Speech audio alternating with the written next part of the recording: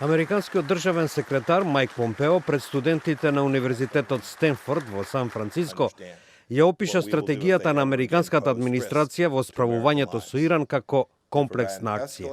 We put together a campaign of diplomatic isolation, economic pressure, and military deterrence. The goal is twofold. First, we want to deprive the regime of resources it needs to perpetrate its malign activity around the world.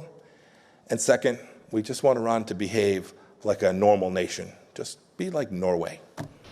Помпео оцени дека економскиот притисок успеал да отсече околу 80% од приходите од иранската нафта. Решени сме да ги добиеме и последните 20%, рече тој, најавувајќи дека Соединетите држави ќе возвратат на секаква акција како што беше ракетниот напад врз две бази во Ирак, каде што се сместени американски војници.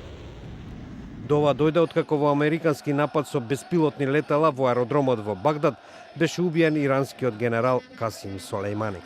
The regime certainly must now understand what we will do if they ever again pose risk to American lives. If Iran escalates, we will end it on our terms. Помпео се осврна и врз резолуцијата на ирачкиот парламент со која се бара заминување на американските војници од Ирак.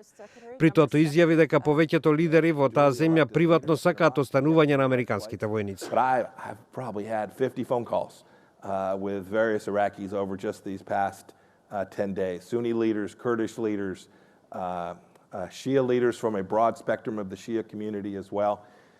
They won't all say so publicly, but privately they all welcome the fact that America is still there executing its counter-terror campaign. Инаку во врска со трговскиот договор меѓу Соединетите држави и Кина, Помпео изрази надеж дека за неколку часа ќе дојде до негово потпишување. По 2 годишен прекин најавено е дека трговскиот договор меѓу двете земји треба да биде потпишан среда.